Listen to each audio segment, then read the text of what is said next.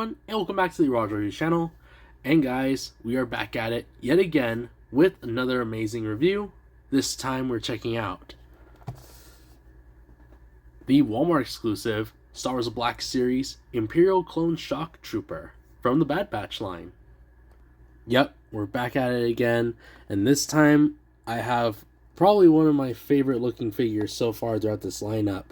I've had this guy sealed. You can basically see right there, has not been opened, and I am ready to already, get him out of this box and free him from this plastic prison. But first off, we gotta check it out.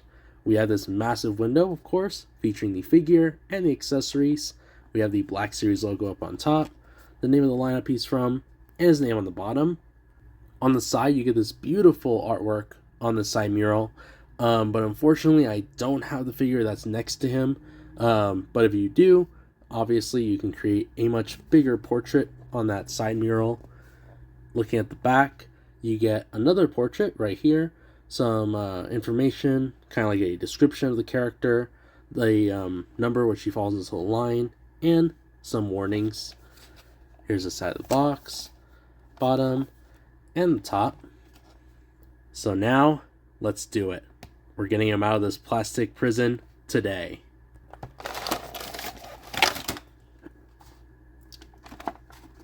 Here he is, out of plastic. And here he is, out of the plastic. And take a closer look at the trooper.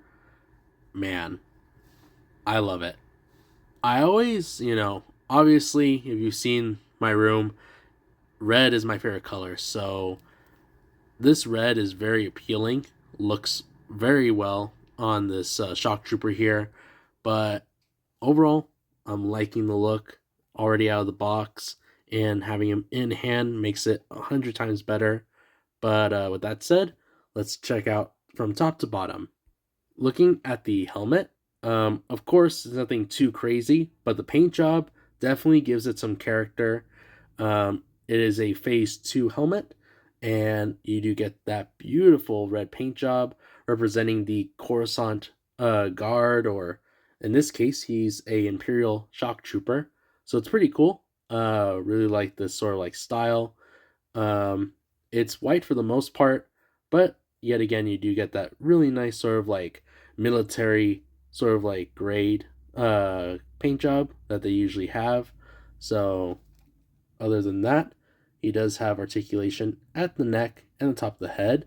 So you're side to side, a little bit up and down.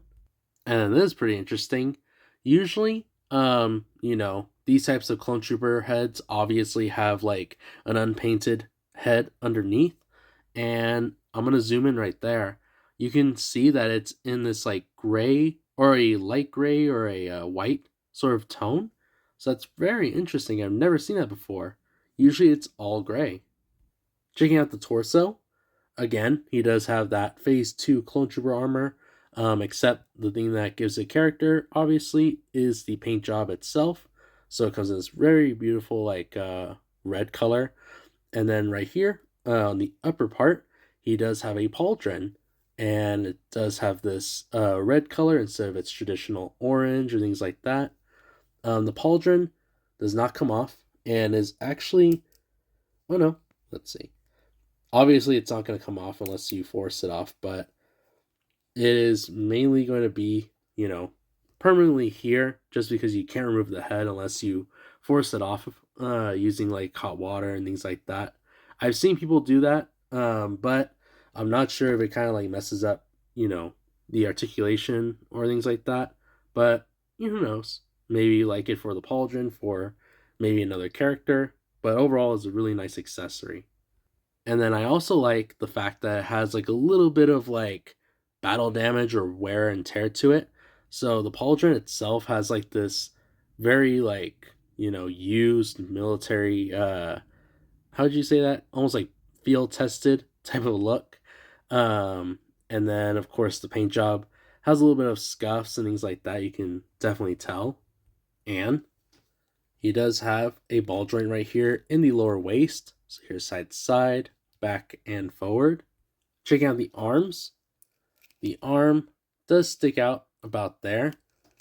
Kind of goes all the way around. You would have to like do it at an angle kind of thing in order to get it fully around. But other than that, I'm pretty sure the other side is a lot more easier. Elbow goes up right there, swivel at the elbow, and articulation at the wrist and at the hand. The other side as well. Arm sticks out pretty good right there. And then the shoulder is made of a looser plastic, so that's nice to know. That shoulder pad. Elbow goes up right there. Articulation at the wrist and at the hand, and then it does go around a lot more easier. And I really like these sort of like pinstripe sort of like add-ons that they have. Really nice, touch to the sort of like shoulder padding and things like that. Definitely gives it some more character. Taking a look at the waist, check this out. We don't really get, other colors than probably white as far as the belt, but this time around, he has this very bright red belt. Looks really good. And unfortunately, this grenade does not come off, but I am liking that red belt. And now looking at the legs, he goes almost into a full-on split. He is able to sit down, and his legs go back pretty far. And he does have a swivel right here around the thigh area. Looking at the knees, they're almost like double knees, so they go above a kneeling position. And then that too, I totally forgot to, talk about this till right now, but I am liking that this trooper has like pinless joints, so it makes him a lot more realistic than most clone trooper figures. And then lastly, we're gonna look at his boots right here. So it runs down into these sort of like red chaps or like shin guards. So that's really cool. I like this color. And it comes in this like glossy texture. But looking at the feet, they point down, they point up, and there is rock ankles. So these are good action poses. And now we'll move on to the accessories. That being the longer rifle. Looking at the longer rifle, of course, there's nothing too crazy about it. It's like the standard issue one. Nothing, no difference, things like that. So it's pretty much the same one that we get with most of the clone troopers.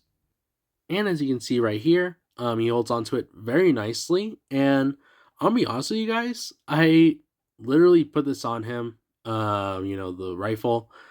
It's very smooth. I'm going to give points for that. Usually, most of the time putting on accessories for the clone troopers, whether it be like their rifles or whatever, sometimes it's a little tedious. I don't know, that's just me. But when I put the rifle inside of his hands, it just like was like meant for him, literally. I don't know how to explain it that well, but like the grip and everything, it just fell into place a lot more better than I would see with some of the newer clone troopers. I guess I could put that out there. Um, but yeah, I mean, look at the way he handles. That's really nice. I like just the way that he grips the rifle, because usually it's a lot more difficult to equip this one compared to like the medium sized one. Man, that actually works out really good. And last but not least, he has the medium one. Checking out the medium sized rifle, of course, like I've said before, nothing too crazy about it. It's the standard issue one that they give every clone trooper. Okay, yeah, this guy is definitely getting more bonus points for this. I don't know. It was just me. I'm being honest here, guys. I'm not, sugarcoating it or whatever, but I'm being for real. Like, look at this pose. Normal clone troopers cannot achieve this. I've tested it out many times. Like, I'm not being real delicate. No. Usually, whenever I pose my figures, things like that, I always try and go for the maximum pose. And this is his maximum pose. Look how he handles this rifle. He's literally aiming it. Usually, it's super hard trying to get clone troopers to aim. Like, especially with the, I think the 501st reissues were kind of like this. They're a little bit more stiffer. But dang, I am honestly impressed by this. Look at the way, like, the elbow joint actually works really well. his wrist is turned, he's gripping the front end of the gun really well. Yeah, I am honestly going to get another clone trooper just to compare it, but this might be the most smoothest articulation I've seen on a clone trooper, and this is from like years ago. That is really wild. So yeah, I wasn't expecting to do this today, but this is part of the video now. Here's a quick comparison. We're starting off with the 501st reissue right here. This is from the what the heck is that lineup called? I'll put it on screen if I don't remember it. But anyway, look at this. Let me try and fix the focus. Okay. So look at this. I'm being, 100% positive on this. And yeah, I cannot pose this guy any higher than this. I'm trying to get that same motion, and I can't. This is the reissued version of the 501st Clone Trooper from the Archive Collection. That's what it's called.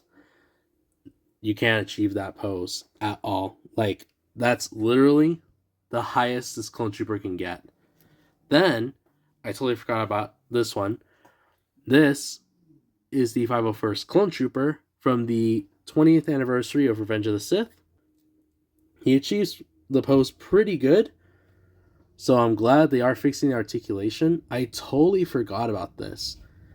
But honestly, this guy does take the cake for being like, one of the older / newer type of figures to achieve like this type of articulation. And that is wild to me. Seeing a gap between this to this. The Black Series has definitely improved. I like how, we're getting to see a lot more posability. And that's what I see in these action figures. Comparing it to something that's a reissued version and nothing is getting fixed or changed at all other than an HD model. So as an overview of the figure, this guy is definitely a 10 out of 10 for me.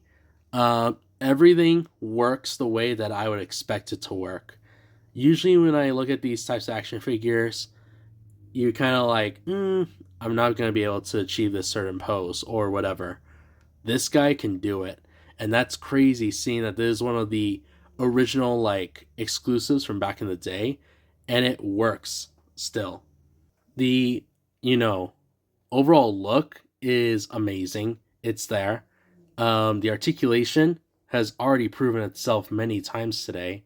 And the accessories, sure, they're, copy and paste, but overall, the articulation takes the cake for me today. I am truly stunned that this is an older figure, obviously, like I keep on saying. And I'm going to keep on throwing that out there because it shows you how much of a change the Black Series has gotten. And when you're comparing it to like these other types of clone models, things like that, it really does make a difference. Whether it be like the softer plastic pieces or whatever. I think Hasbro definitely needs to lean more on this type of articulation, comparing it to, like I stated before, something like this, which is like a reissued version of the figure, and not being able to achieve posability like that is saying something. But yeah, overall, I am highly impressed with this figure, and if you guys are as well, please be sure to leave a like, subscribe, and follow me for more. And then real quick, I like to do this where I show you guys how to display my figures. I keep on forgetting to do this sort of like section of the video for some of the time now, but I'm going to go ahead and just throw it in here. But anyway, this is how I usually pose my figures, with the box in the back and the figure in the front. But yes, I know this went on a little bit longer than I usually would for something this scale, but I had to. This was something that I definitely need to talk about, and I really hope you guys enjoyed this video. It really is kind of fun getting to compare these other figures with the newer ones. And with that said, I'll catch you all on the next one.